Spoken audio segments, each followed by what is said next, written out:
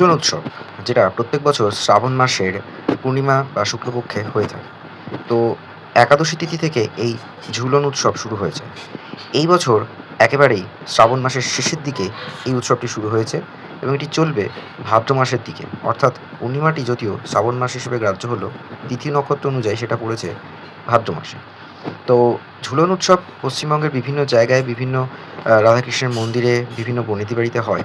এই বছর আমি ১ম বার উত্তর কলকাতার মানিকতলা বা চালতা বাগানের পাশে যে সাহাবাড়ি ও মণ্ডলবাড়ির ঝুলন উৎসব হচ্ছে সেটি দেখতেই গেছিলাম। তো ভিডিওটা স্কিপ না করে পুরোটা দেখুন। আশা করি ভালোই লাগবে। Stay tune on explore with Suman.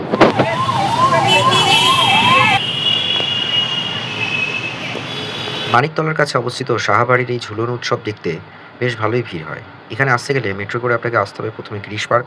সেখান থেকে আপনারা ১ কিলোমিটার মতো হেঁটে সোজা মানিকতলার দিকে যে রাস্তাটি যাচ্ছে, আসলেই পড়বে এই সাহাবাড়ি বা মণ্ডলবাড়ির যে ঝুলন উৎসব সেটি।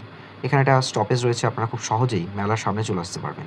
সামনেটা দেখলেই বুঝবেন বেশ বড় করে একটা মেলা বসেছে এবং তারপর আপনাকে যেতে হবে মণ্ডলবাড়ির যে ঝুলন উৎসব হচ্ছে সেখানে। এটি রাস্তার উপরেই একটি বড় বাড়ির মধ্যে সুন্দর করে সাজানো হয়েছে এবং আমি যখন গেছিলাম সন্ধ্যে ৭:৩০টার সময় তখন আরতি হচ্ছিল। খুবই সুন্দর করে এখানে ঠাকুরকে সাজানো হয়েছে। রাধাকৃষ্ণ মাঝখানে রয়েছেন এবং দু সাইডে বিভিন্ন ধরনের মাটির পুতুল এবং কারুকার্য করে বিভিন্ন ধরনের সিনারি দিয়ে লাইটিং এফেক্টস দিয়ে সুন্দর করে সাজানো হয়েছে। রাধা গোবিন্দ জিউ মন্দিরটি প্রায় ১০০ বছরের প্রাচীন। এই মন্দিরে নিত্য পুজো হয়ে থাকে, মূলত রাসযাত্রা এবং তার সাথে ঝুলনযাত্রা, হোলি, এই বিশেষ পূর্ণিমাগুলোতে পুজো হয়ে থাকে এবং সারা বছরই নিত্যসেবা হয়ে থাকে। এখানে দেখেই বুঝতে পারছেন মানুষের বেশ আগ্রহ সহকারে তারা আসছেন। এটি একটি বনেদি বাড়ি এবং এখানে প্রত্যেক বছরই এই ঝুলন উৎসব দেখার জন্য বহু মানুষ দূর দূরান্ত থেকে আসেন। আমি ১ম বছরই গেছিলাম এখানে।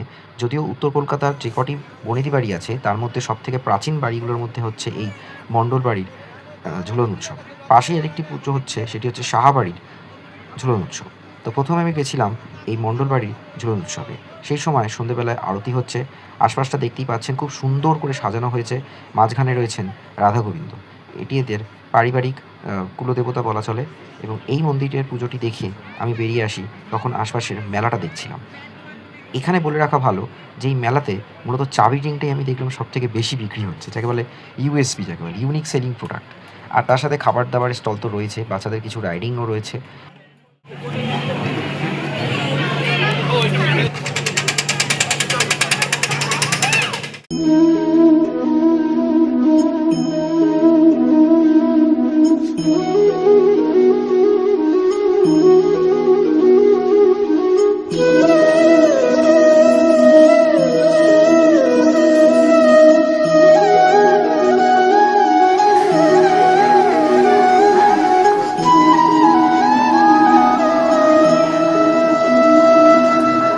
মণ্ডলবাড়ির ঝুলন উৎসবটি দেখে সামনের মেলাটি পুরো কভার করার পর বাঁদিকে রাস্তা টার্ন নিলেই চলে আসে এই সাহাবাড়ির ঝুলন উৎসব। তো দেখতেই পাচ্ছেন বেশ পুরনো একটা বনেদি বাড়ি। সাহাবাড়িতে বেশ ১০০ বছর ধরে ঝুলন হচ্ছে। তো সেখানে বিভিন্ন ধরনের পুতুল বা মডেল দিয়ে সে কৃষ্ণের বিভিন্ন লীলা খেলা, তার জন্ম থেকে কংসবধ পর্যন্ত, এমনকি মহাভারতের যা যা তিনি কাজ করেছিলেন সেগুলোকেই বিভিন্ন মডেল আকারে তুলে ধরা হয়েছে। তো সেটাই এখানে সুন্দর করে প্রতিস্থাপিত হয়েছে এবং তার সাথে এখানকার যিনি সারা বছরের নিত্য পুজো হয়ে থাকে রাধাকৃষ্ণ, তারও দর্শন আমরা করব। দেখুন পুরো রয়েছে যেটা নৌকা বিলাস। এখানে বিভিন্ন মডেল ও পুতুল দিয়ে প্রত্যেক বছর এগুলোকে সাজানো হয়। প্রথমবার এসেছি এই নৌকা বিলাস। তারপর আছে বকাসুর বধ। অ্যাকচুয়ালি শ্রীকৃষ্ণের বিভিন্ন লীলাখেলা এবং তার যা যা কাজগুলো তিনি ছিলেন, মানে কৃষ্ণের অবতারে তিনি যে যে কাজগুলি করে গেছিলেন তার মধ্যে অন্যতম হচ্ছে নৌকা বিলাস। তারপর হচ্ছে শ্রীকৃষ্ণের ঝুলন যাত্রা, মানে অ্যাকচুয়ালি দোলনায় তিনি ঝোলেন এবং এই একাদশী তিথি থেকে ঝুলনটা শুরু হয়, চলে পূর্ণিমা পর্যন্ত। এরপর হচ্ছে অঘাসুর বধ এটা দেখিয়েছে। তারপর আছে কৃষ্ণের গরু চড়ানো। তারপর আছে কালীয় দমন। আচ্ছা, তারপর আছে মণিচুরি। ওকে, দেন এরপর এটা আছে পুতনা বধ। হ্যাঁ, পুতনা বধ বোঝাই যাচ্ছে। তারপর আছে যশোদা ও গোপাল, মানে যখন তিনি গেছিলেন বৃন্দাবন থেকে মথুরা। আর তারপর হচ্ছে বাসুদেবের নন্দালয় গমন। দেন হচ্ছে বাসুদেবের যমুনা পাড়। তারপর হচ্ছে এখানে 2 নম্বরে রয়েছে আমি 1 কিলো কাছাকাছি কারাগারে কৃষ্ণের জন্ম। দেন হচ্ছে সপ্তম গর্ভের হত্যা, এটা হচ্ছে ঈশ্বর বিনোদ বিহারী। এবং এখানে হচ্ছে যুগল মিলন, তারপর হচ্ছে অভিমন্যু বধ, তারপর হচ্ছে পার্থ সারথী, দেন হচ্ছে দ্রৌপদীর বস্ত্রহরণ। অ্যাকচুয়ালি এটা মহাভারতের পার্ট দেখানো হয়েছে। পাশা খেলা আছে, তারপর আছে হচ্ছে কবিরাজ, দেন এরপর হচ্ছে ঐরাবত, তারপর হচ্ছে জরাসন্ধ বধ, এরপর হচ্ছে কৃষ্ণকালী, অর্থাৎ যে কালী সেই কৃষ্ণ। দেন তারপর হচ্ছে রাধার মান ভঞ্জন, এরপর হচ্ছে কংসবধ, যার জন্য কৃষ্ণের জন্ম অ্যাকচুয়ালি, শ্রীকৃষ্ণের হোলি খেলা, তার সাথে আছে গোপিনীর বস্ত্রবরণ। তো খুবই সুন্দর একটা পরিবেশ, বিশেষ করে লাইটিং এফেক্টসে সন্ধ্যের দিকে গেলে এত সুন্দর লাগবে। দিনের বেলা হয়তো সেটা পাওয়া যাবে না। বেশ মানুষজন আসছেন এখানকার এই ঝুলন উৎসব দেখতে। আর মাঝখানে একটা ফাউন্টেন মতো রয়েছে। আর এরপর আমি ওপরে গিয়ে দেখি যে সোজাসুজি রয়েছেন এখানে নিত্য পুজো যার হয়ে থাকে সেই রাধাকৃষ্ণ। খুব সুন্দর করে সাজানো হয়েছে। সে সময় আরতি শেষ হয়েছে এবং মানুষজন আসছেন, দর্শন করছেন। আর তারপর আছেন বাঁদিকে শিব ঠাকুর এবং তার সাথে ডান দিকে আছেন একটি শিবলিঙ্গ। তো এই হচ্ছে এখানকার এই সাহাবাড়ির ঝুলন যাত্রা।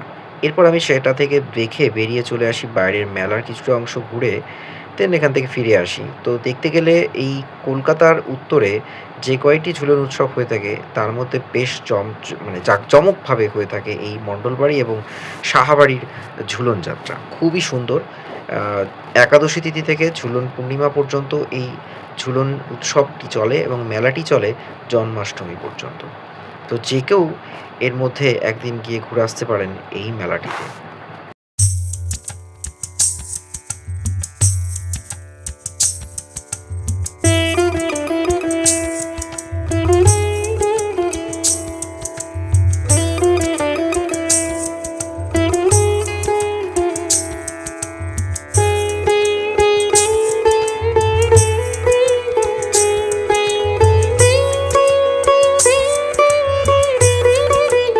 আজকে আমি চলে এসেছি কলকাতার অন্যতম প্রাচীন একটা ঝুলন উৎসব, যেটা এখানকার মধ্যে হচ্ছে রাধা গোবিন্দ জিউ এস্টেটের মধ্যে। এটা নিয়ার চালতাবাগান মানিকতলাতে। তো এখানে বেশ কয়েকটা ঝুলন হয়, যার মধ্যে উত্তর কলকাতার মধ্যে অন্যতম হচ্ছে এই চালতাবাগানের এবং তার পাশে বিনোদ বিহারী এস্টেটের যে ঝুলনটা। এই দুটো ঝুলনই বেশ পুরনো এবং জাঁকজমক করে হয়ে থাকে।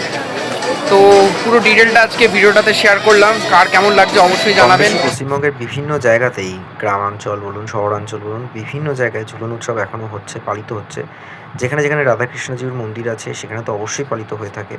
আগে অনেকেই বাড়িতে ঝুলন সাজাতো, সেসব চল আস্তে আস্তে প্রায় উঠেই গেছে। কিন্তু ঝুলন নিয়ে মানুষের মধ্যে একটা আগ্রহ, এবং আমার মনে হয় এই পুরনো কিছু রীতিনীতি সেগুলো বর্তমান সময়ের বাচ্চাদেরও তার বাবা মায়েরা যদি সেগুলো শেখায়, জানায় যে এই ট্র্যাডিশনগুলো পশ্চিমবঙ্গে আজও বহমান, সেটা অনেক ভালো। তাহলে এই সংস্কৃতির সাথে মানুষ অনেক বেশি কানেক্টেড থাকবে। ঝুলনের ইতিহাস, ঝুলন কেন হয়ে থাকে, ঝুলনে যে বেশ সাজিয়ে আগে প্রত্যেক বিকেলবেলায় মানুষ আসতো, দেখতো, এই ব্যাপারগুলো আস্তে আস্তে উঠে যাচ্ছে। তো আমার মনে হয় সেই ব্যাপারগুলো সম্বন্ধে মানুষের আরও বেশি ওয়াকিবহাল এবং তাদের পুরনো সংস্কৃতির সাথে কানেক্টেড থাকাটা অনেক বেশি দরকার। তাই আজকের এই ভিডিওটা শুধুমাত্রই একটা কন্টেন্ট নয়, আমার মনে হয় বাঙালি তার পুরনো ইতিহাস সংস্কৃতিকে নতুন করে একবার দেখে নাও। Stay tune on explore with Suman. চ্যানেলটা সাবস্ক্রাইব করুন আর অবশ্যই কমেন্ট বক্সে নিজেদের মতামত জানান এবং শেয়ার করুন ভিডিওটা।